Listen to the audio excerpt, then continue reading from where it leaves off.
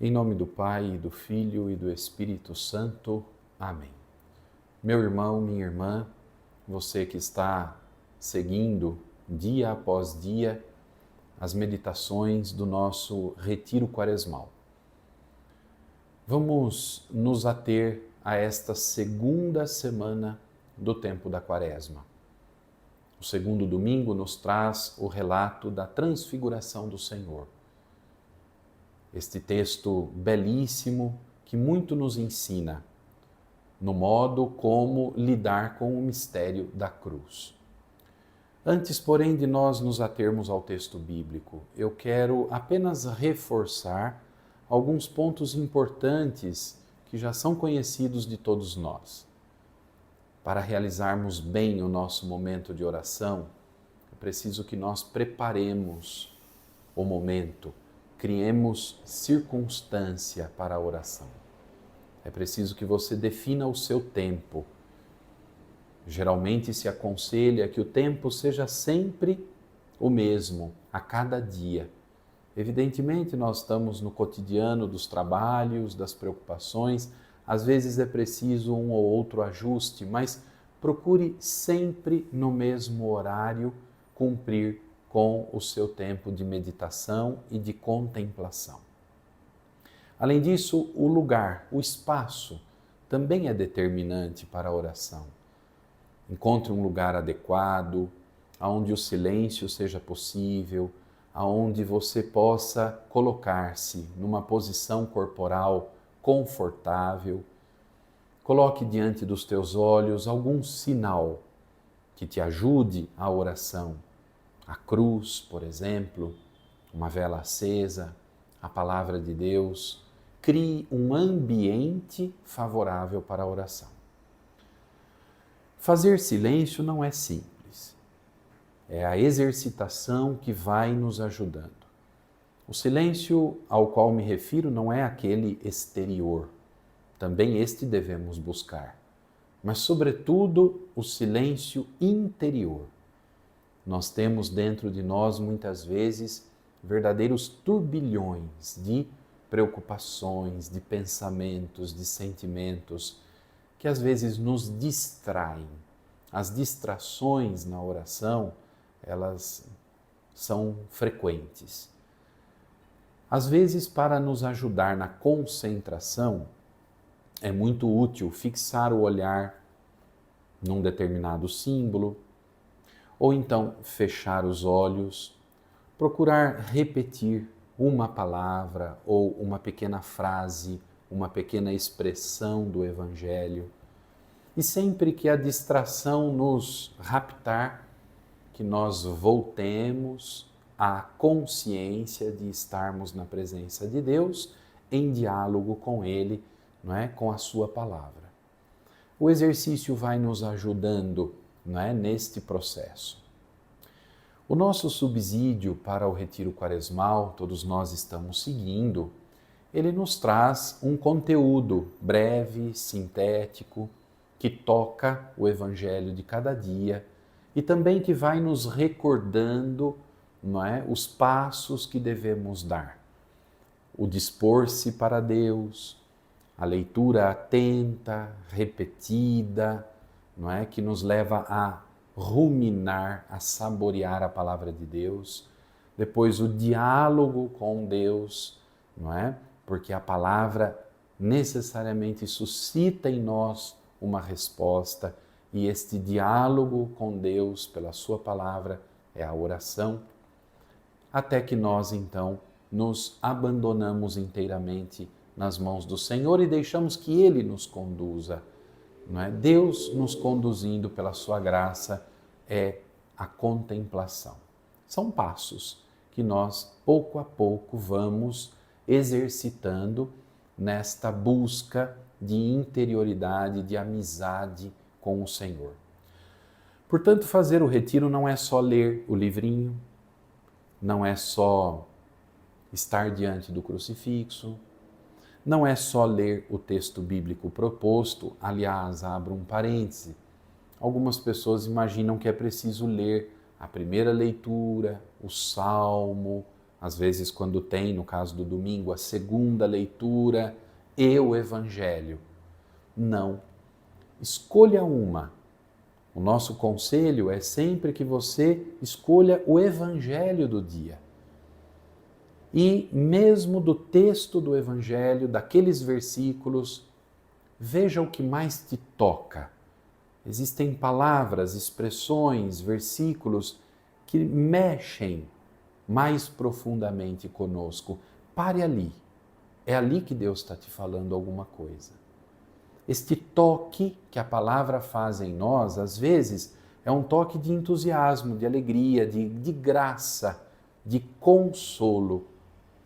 Mas, às vezes, é um toque que nos incomoda, que nos inquieta profundamente, porque, às vezes, a palavra aponta em nós o que não vai bem, ela nos corrige.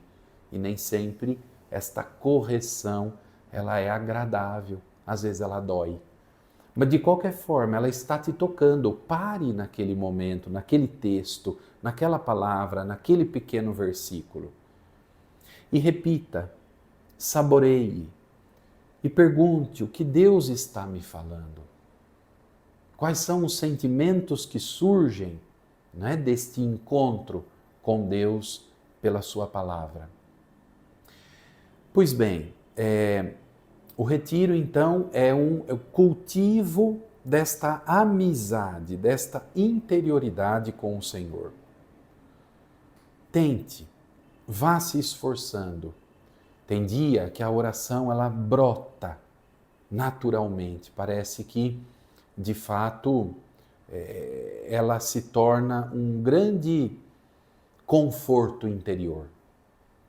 Nós que não sabemos o que pedir, na força do Espírito, verdadeiramente experimentamos que o Espírito reza em nós. Tem dias que a oração ela é mais exigente, porque nós estamos vazios, áridos, não é? Estamos desolados, então é preciso que prestemos bem atenção a estas moções do Espírito. A palavra moção do Espírito nós podemos traduzir como movimento do Espírito em nós. É a graça de Deus que pode também suscitar uma desolação para o nosso amadurecimento. Às vezes, a aparente ausência de Deus, o vazio, pode ser uma etapa importante na pedagogia de Deus para conosco, para nos fazer buscá-lo com mais afinco, com mais empenho, com mais generosidade. A segunda semana do tempo da Quaresma nos convida a pedirmos uma graça muito especial a Deus. A graça de nós termos o conhecimento interno e afetivo da sua misericórdia. Dai-me, Senhor, o conhecimento interno e afetivo da tua misericórdia. Que possamos ordenar nossa vida e nossas práticas para que evitemos todo o pecado e nos tornemos seus servidores e do próximo, cumprindo de coração seus mandamentos de amor. Esta é a indicação da graça que nós devemos pedir todos os dias desta semana. O Evangelho deste segundo domingo, como eu já acenei, traz a passagem da transfiguração do Senhor. Transfigurar significa mudar a figura, mudar a aparência, mudar a imagem. Logo após fazer o seu primeiro anúncio da paixão, no Evangelho segundo São Lucas, Jesus chama 3 dos seus discípulos, Pedro, Tiago e João, ao alto da montanha e ali ele é transfigurado. O seu semblante se torna luminoso, o seu rosto se alterou, suas vestes tornaram-se fulgurantes, de tão brancas. Aparecem também Moisés e Elias.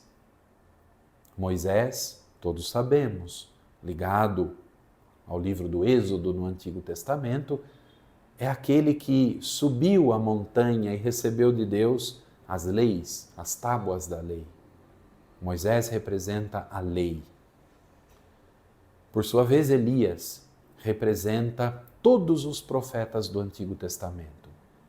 Eles ladeiam Jesus envolto em luz, uma visão maravilhosa, que nos mostra que Jesus é o Filho de Deus que veio a este mundo como luz para levar à plenitude a lei e os profetas. Ele é o cumprimento de toda a lei. Aliás, ele vai sintetizar a lei com o seu mandamento maior, o amor a Deus e ao próximo. Amai-vos como eu vos amei. Também ele realiza todas as profecias antigas, nele se cumprem todas as profecias antigas.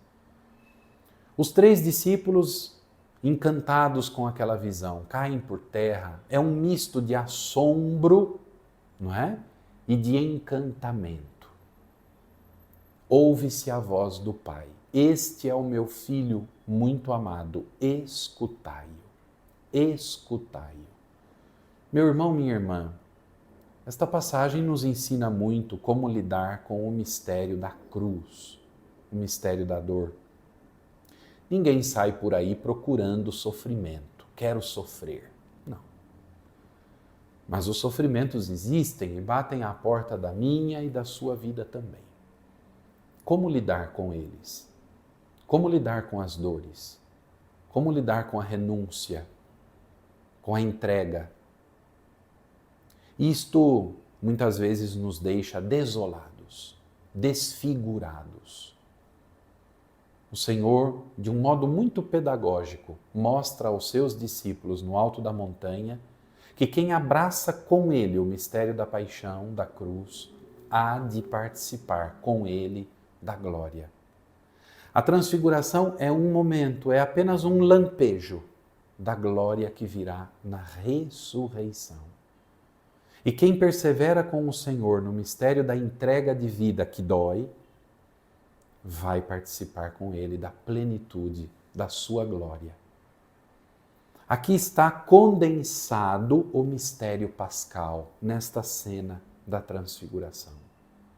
O Senhor não deixará de iluminar aqueles que generosamente, não pensando só em si mesmos, entregam a própria vida num sacrifício contínuo, oblativo de amor.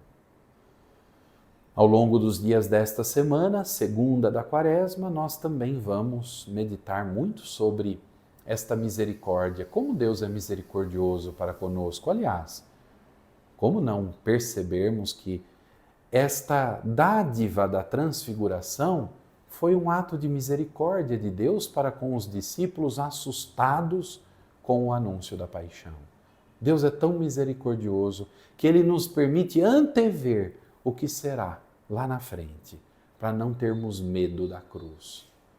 Sede misericordiosos como vosso Pai que está nos céus é misericordioso.